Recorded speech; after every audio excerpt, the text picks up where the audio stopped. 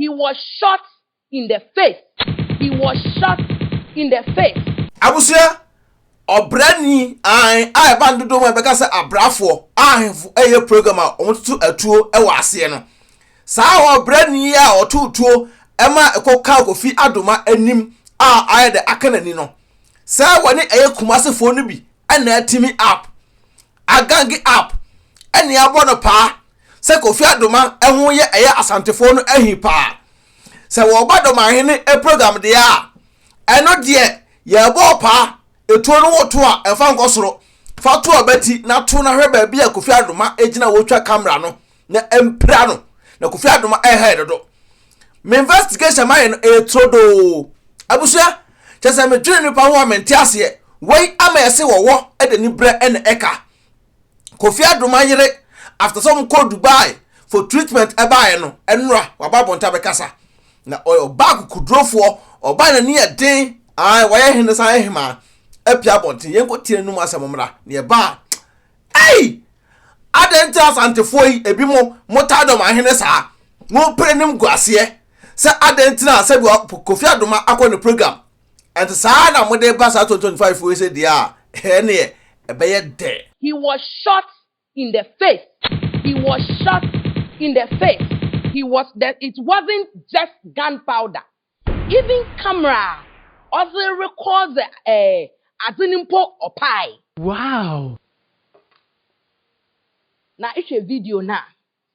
No ade behin ni ba behin ohwehwe behinfo ma wosoni mu. Ti no omunum to ha, we munu ato ha, omunu to ha, no we munu to ha. Onya nkrofo wosoni mu hu n'enyim. Ne enyim na le moja. Aba ihwe video no obaba nti bohu.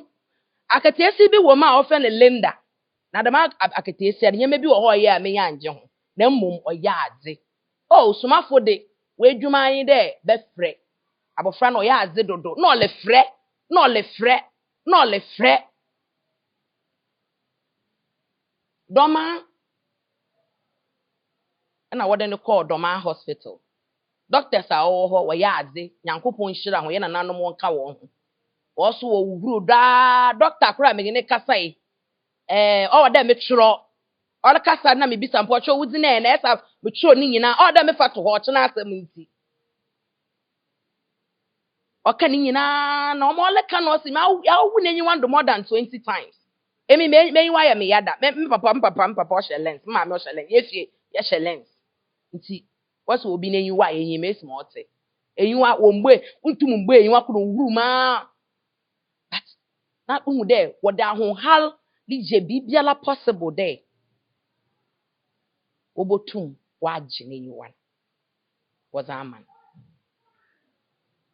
Yankopon ye ho adom wo ye wo de chi ado de call brekum ma wo kotwetwa ho scan na ze ma wo san we chi wo bai na hu de doctors no ehwe videos a wo twa wo hospital ho na doctors wo woni nyina na hu de obia nurse obia ye involve.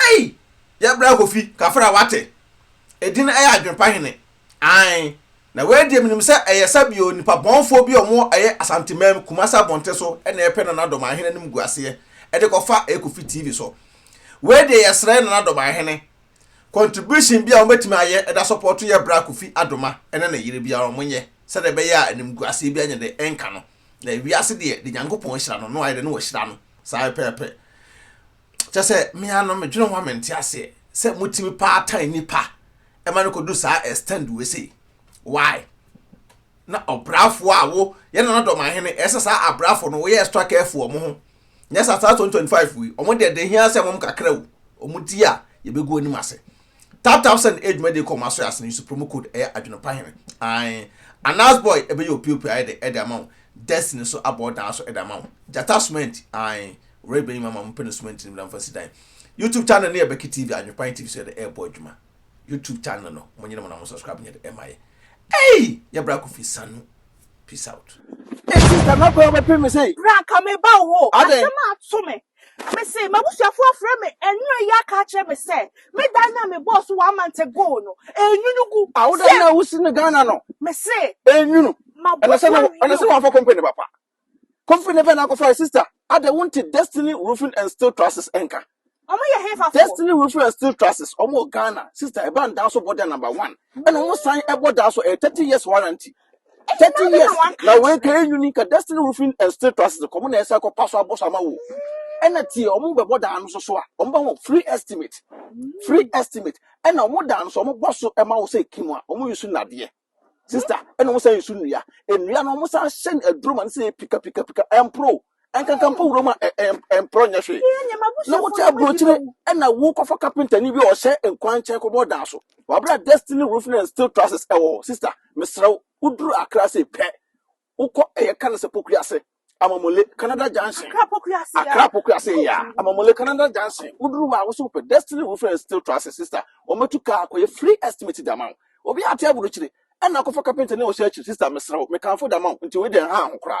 Owo so aboka enyashi but destiny ebe je nkwa destiny ebe mo bibia to okwa wo se opese obuje estimator oho beto ntedi ne eya adrepan tv na se beki tv obo se di we kire mo sister o meto mo ase ahwo kama na obi a wo table kire aboka asi dan and I won't go for Destiny Roofing and Steel Trusses and more dash. Sister, may come for the amount. And how yes.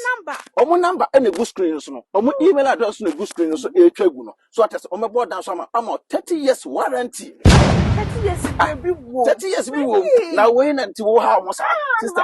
Mr. On board down some our own a chekula.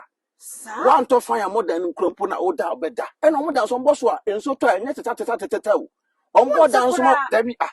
Omo down so omo be so abrochire Destiny na tidin omo be so abrochire to omo down so wo dem ayefo enya tata to makanfo da ma to we dem srew obetimi no ankasa akonnect straight abusuafo bi ani for one na bi ani sa pepe nte mekanfo aye de edama to we pa de for mo number no so na ese etwagu no email address na ese etwagu no sister abusua Destiny Roofing Sheet and Trusses omo ba magana fo adwempa hene otwa supre kwabrafo waye kwa bibrim han bafo otwa burumu wode putupuriye buraburu ma mansan wo fufuo tom tibi